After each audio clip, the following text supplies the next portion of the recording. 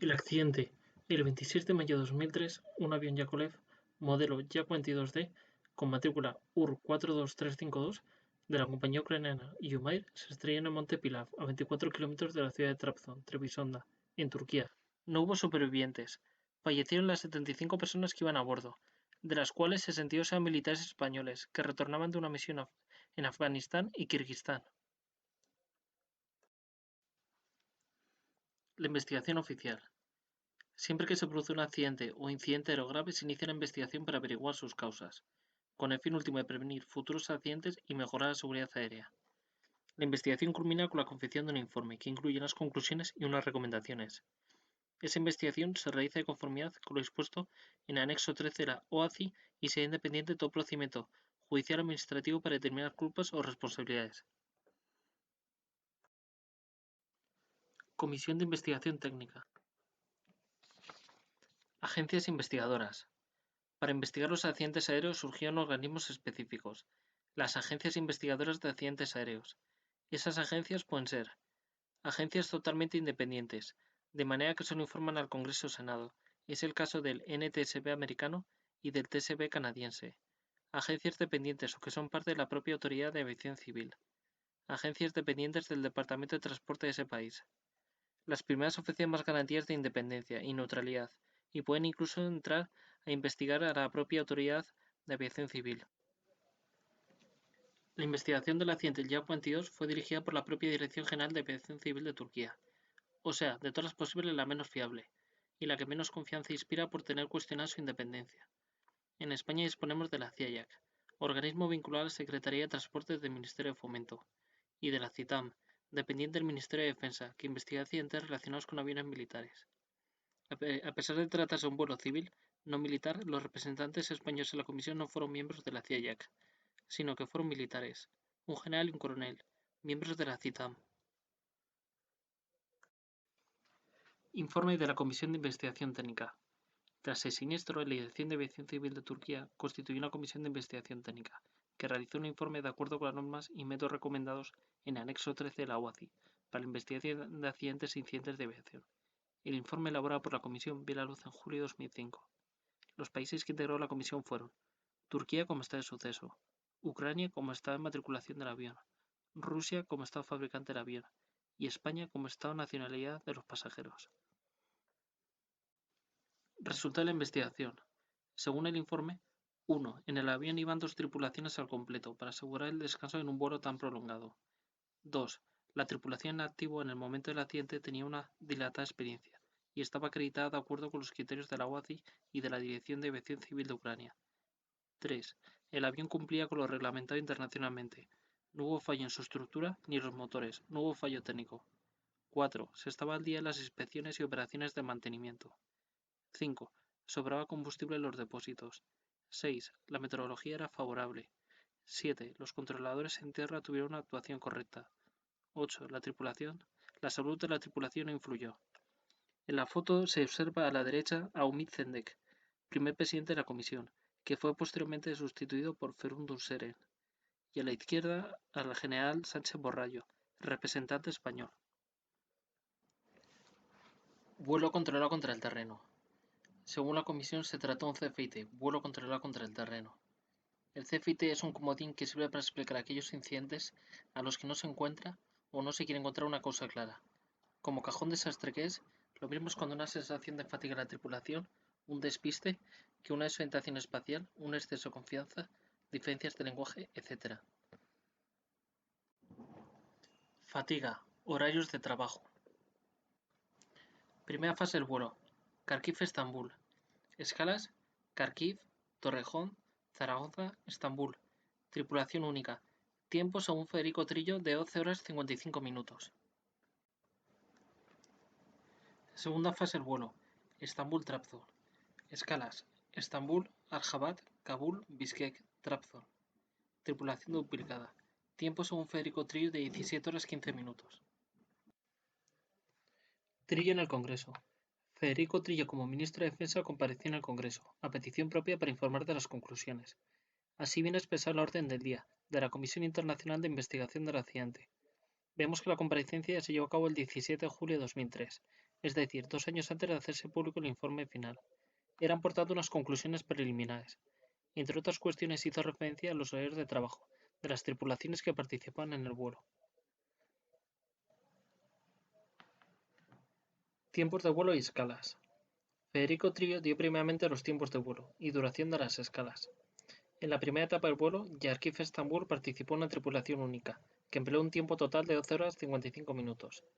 En la segunda etapa del vuelo, Estambul-Trabzon participó en una tripulación duplicada, que empleó un tiempo total, según Trillo, de 17 horas 15 minutos.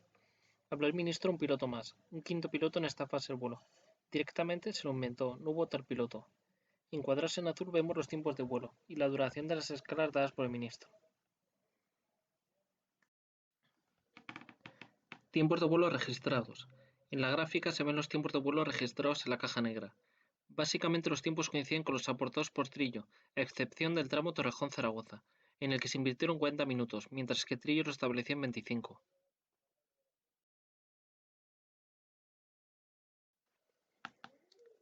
Horarios de llegadas y salidas. A petición de un diputado del grupo catalán, Trillo dio los horarios de llegada y salida del avión, en las distintas escalas. Encuadros en azul los horarios de la segunda etapa. Encuadros en verde los horarios del control aéreo americano.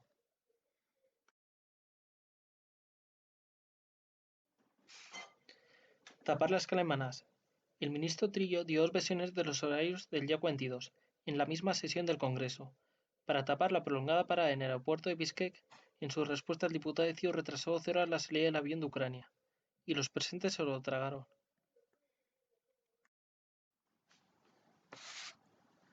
Resumen de los tiempos empleados. Nos fijaremos en los tiempos empleados en la segunda etapa del vuelo, Estambul-Trabzon. El avión salió de Estambul a las 2 horas 49 minutos UTC del 25 de mayo y se estrelló a la 1:15 minutos del día 26. El tiempo transcurrido fue de 22 horas y 26 minutos. Vemos a la izquierda los tiempos aportados por Trillo, la Comisión de Investigación y el ministro José Bono. ¿Qué diferencias hay? La comisión resta 5 horas a las 22 horas y 26 minutos, por considerar que la tripulación descansó durante la escala en Manás. Deja un tiempo laboral de 17 horas y 26 minutos. El ministro socialista José Bono no solo no resta las horas de supuesto descanso en Manás, sino que además se saca una hora de la manga y da un tiempo de 23 horas y 26 minutos. Lo legislado como tiempo laboral para una tripulación doble era de 22 horas y 24 minutos. La tripulación, por lo tanto, se mantuvo dentro de lo reglamentado, no se excedieron los tiempos de trabajo. Lo expuesto por el ministro Trillo está todavía por descodificar. Jueces y defensa conformes. Cosa juzgada. Si bien el informe técnico ha de ser independiente de los procedimientos civil y administrativos que se pudieran abrir, no es menos cierto que estos últimos suelen basar sus conclusiones en las del informe, ya que el instructor de procedimiento no iniciará una investigación propia, se limitará a confirmar y revalidar la investigación oficial. Es la pescadilla que se muerde la cola. La investigación oficial se convierte así en una cosa juzgada que nadie podrá cuestionar. Quien no se objetará una sola coma será catalogado, en el mejor de los casos, como friki o enredador. Procedimiento civil. 1. El proceso civil sobre el accidente en los juzgados de Zaragoza condenó al pago de indemnizaciones a la aerolínea Yumair, a la contratista Chapman Freeborn y a la aseguradora Bushing Joint. 2.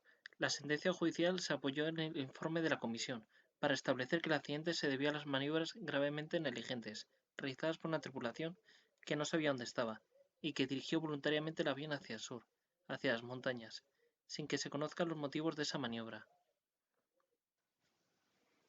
Procedimiento penal. En octubre de 2003 se abrió un procedimiento por la vía penal en la Audiencia Nacional para investigar las responsabilidades en la contratación del avión. Tras 2 archivos temporales, el último en junio de 2007, el juez Grande Marlaska reveló el sumario imputando a 5 altos mandos militares de la época de Trillo, entre ellos el GEMAD. Fueron imputados por 62 homicidios imprudentes por omisión. Se cerró el caso en 2012. José Bono con el informe oficial. El ministro de Defensa, José Bono, en la Comisión de Defensa del Senado, el 21 de diciembre de 2005, dejó claro que el siniestro no estuvo relacionado con el consumo de alcohol por los tripulantes. Ese no es un modo digno de hablar de quien murió, y luego sugerir, quien lo sugiriera, que no he puesto nombres, que habían bebido alcohol. El alcohol. Contra la opinión de todos. Contra la opinión de la Comisión de Investigación, de los jueces de Zaragoza y de don José Bono, hay motivos para pensar que esa pérdida de conciencia de la situación espacial de la tripulación no se debía a la fatiga, sino a su estado etílico. Solo eso explicaría el siniestro. El alcohol fue la principal y probablemente la única causa del accidente aéreo. Normativa y alcohol. Según la normativa JAR, un piloto no debe consumir alcohol durante el vuelo y en las 8 horas previas al mismo, y además no puede comenzar su actividad con una alcoholemia superior a 0,2 gramos por litro. Información toxicológica. 22 análisis toxicológicos, tripulación y pasajeros. Se exceptúa al comandante Kursenko, calcinado. 3 con restos de alcohol etílico. Una azafata presenta un nivel de alcohol en sangre, eufemismo que esconde un nivel de 3,53 gramos por litro, propio en coma etílico. Copiloto sin alcohol.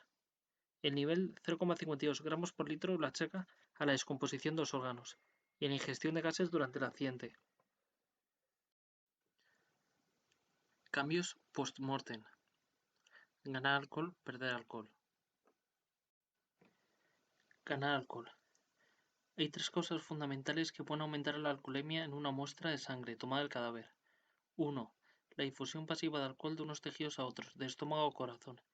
El alcohol se filtra de un órgano a otro si son paredes que están deterioradas, se están descomponiendo. 2. La producción de alcohol etílico por microorganismos que proceden del intestino grueso de la piel abierta. 3. El desarrollo y la muestra de microorganismos generadores de alcohol. 4. Interpretación como alcohol etílico de otros alcoholes presentes en la muestra. Ganar alcohol. Lo de la ingestión o inhalación de alcohol como gas procedente de la explosión tras el accidente es absurdo, pues estamos hablando de víctimas y cadáveres, sin circulación sanguínea ni ventilación pulmonar, por mucho que lo corrobore el director del Departamento de Análisis Químicos de Trapza. Ganancia descartada. Los microorganismos necesitan un tiempo y un ambiente favorable para multiplicarse y actuar, y no fue este el caso. 1. Los cadáveres fueron rápidamente recogidos y transportados a cámaras frigoríficas. 2. La temperatura ambiente en el Monte Pilaf de madrugada era muy baja, lo que retrasa la putrefacción. Perder alcohol. En las muestras de sangre post-mortem disminuyen los valores de las alcoholemias. 1. La inadecuada toma, transporte y almacenamiento de la muestra. 2. El tiempo de sobrevida. En este caso no se valora, por la muerte fue inmediata. 3. Los fenómenos putrefactivos, con bacterias que destruyesen el alcohol ya presente y lo degradasen. 4. Fallos en la preservación de la muestra, sobre todo la existencia de cámara de aire entre el nivel de la sangre y el tapón del recipiente, lo que permite una evaporación del alcohol. Pérdida no descartada. La pérdida de alcohol, es decir, que la alcoholemia registrada en los análisis de las muestras fuera inferior a la real, no estuvo descartada. Las pérdidas se previenen con 1. Una adecuada toma, transporte y almacenamiento de la muestra, evitando la cámara de aire en el tubo. 2. Una estricta cadena de custodia que impida la manipulación, desprecintado y apertura de los tubos. 3. Una eficaz técnica analítica que descarte la confusión de otros alcoholes con el etanol.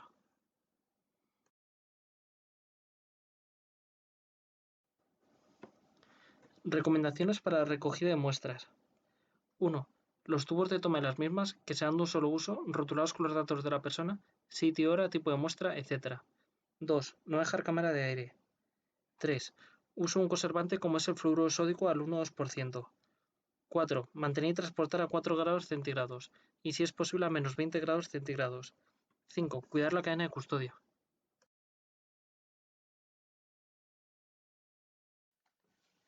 Cromatografía de gases. Para detectar el alcohol etílico, la técnica más fiable es la cromatografía de gases por espacio-cabeza, ya que separa los distintos gases de la muestra que pueden así ser identificados y cuantificados. Esta técnica permite diferenciar sustancias gaseosas, distintas del alcohol etílico, producidas por los microorganismos. De copas por el Kirguistán. ¿Pero tomaron alcohol o no? Parece ser que sí, que estuvieron de copas por el Kirguistán. 6 horas en Manás. El avión estuvo detenido durante 6 horas en el aeropuerto internacional de Manás, Bishkek. A la tripulación ucraniana se la vivió bebiendo en la cantina de la base americana durante su estancia. El jefe del destacamento español declaró a la juez Teresa Palacios que vio a la tripulación del Jack durante su escala en aquel aeropuerto con chaclas y bermudas, y que él personalmente le recriminó e informó verbalmente de aquella circunstancia su superior. Despegaron a las 20:40 horas UTC, iniciando un viaje que duraría 5 horas. Pero puede ser que se limitaran a alternar o que la tripulación de la cabina de pilotos se contuviera a tomar alcohol.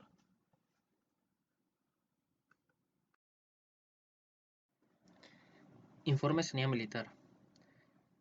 El general de División Médico Vicente Navarro solicitó un dossier al Cuerpo de Sanidad Militar para la valoración de las pruebas toxicológicas, que llevaron a cabo los especialistas turcos y los ucranianos para la elaboración del informe médico de la Comisión de Investigación. Imaginamos que la petición a Navarro se le hicieron defensa o el propio general Sánchez Borrallo, representante español en la Comisión de Investigación. Informe de Sanidad Militar. El periódico de Aragón tuvo acceso al documento del Cuerpo de Sanidad Militar, la cual a su vez buscó la opinión de especialistas del Instituto de Toxicología de Barcelona y del Instituto Anatómico Forense de Madrid. Conclusiones. Análisis ucranianos. Cadena de custodia dudosa y metodología utilizada muy antigua. Análisis turcos. Cadena de custodia dudosa y recuerdan la espectrofotometría visible. Otros datos de interés del informe Sanidad Militar. Fecha de publicación el 1 de julio de 2004. Prueba de alcoholemia practicadas 23. Las pruebas no cumplían los requisitos internacionales de garantía de calidad. Cadáveres número 26 y 36 sospechosos de ser piloto y copiloto.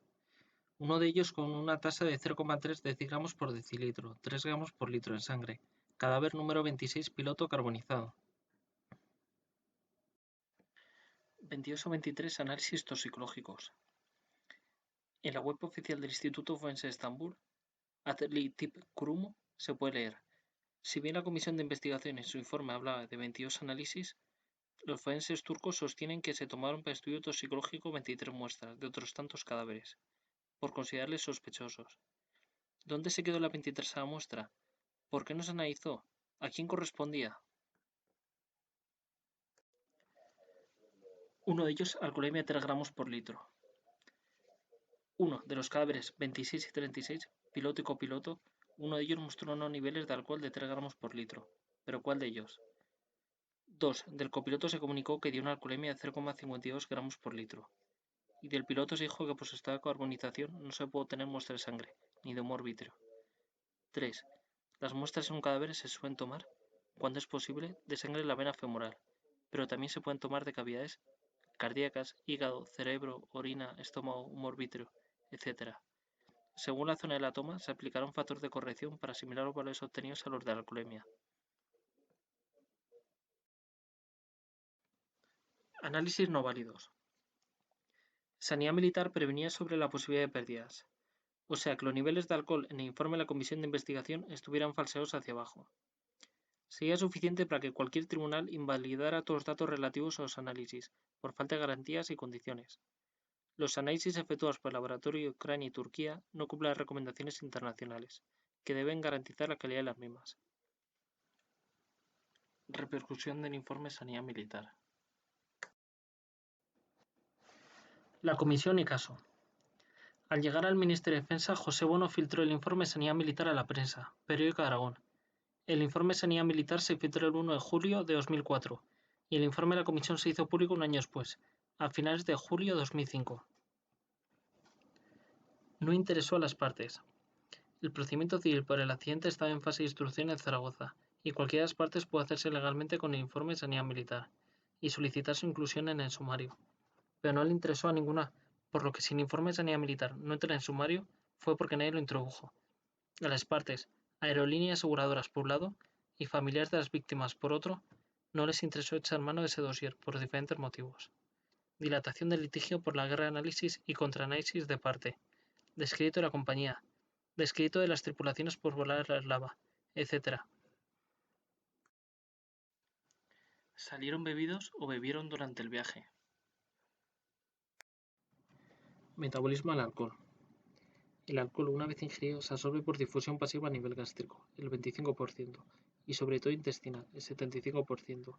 Al estómago vacío, la absorción es más rápida. Ya la sangre pasa por el hígado donde experimenta una biotransformación. Se convierte en acetaldehído y después en acetato, para ser finalmente eliminado por la orina y en menor medida por la respiración. Curva de alcoholemia. Tras la ingesta del alcohol, Al principio predomina la absorción y se da un incremento de la alcoholemia, hasta un máximo en el que empieza a dominar la transformación y eliminación. Segunda fase de la gráfica. La pendiente de la gráfica en la fase de eliminación se calcula dividiendo la disminución de la alcoholemia, incremento de A, por el incremento del tiempo, incremento de B. El valor de la pendiente es la constante de eliminación beta, o constante Widmark, cuyo valor varía entre 0,10 y 0,20 gramos por litro por hora. Se aplica el valor promedio 0,15 gramos por litro por hora. Curva de alcoholemia. Si la persona continúa bebiendo, puede ocurrir que se obtenga una gráfica con varios picos, en zigzag, hasta un máximo en el que se inicia la fase descendente donde predomina transformación y eliminación. El copiloto tenía 0,52 gramos por litro cuando se estrelló el avión. Después de las 5 horas de vuelo, lo que nos dice que entró en avión con 0,15 por 5, que son 0,75 gramos por litro, más de alcohol en sangre, con 1,27 gramos por litro en concreto. La azafata que falleció con 3,53 gramos por litro tuvo que entrar, según estas cuentas, con 4,28 gramos por litro. Esto es difícil de aceptar, pues supondría que subió el avión en un estado de coma etílico. ¿Cómo explicar las cifras? La respuesta estaría en el hecho de que ella, al estar fuera de servicio, continuaba bebiendo durante el viaje y fuese incrementando su alcoholemia. Hizo una curva parecida a la segunda gráfica, y estaba en cifras próximas a máximos. Además de la alcoholemia. 1. La resaca. 2. Maniobras incomprensibles. 3. Cambio de tripulantes. 4. Las voces. Resaca y maniobras. 1. La resaca. Incluso con cifras normalizadas de alcohol en sangre, se multiplican por 4 las posibilidades de accidente durante la resaca.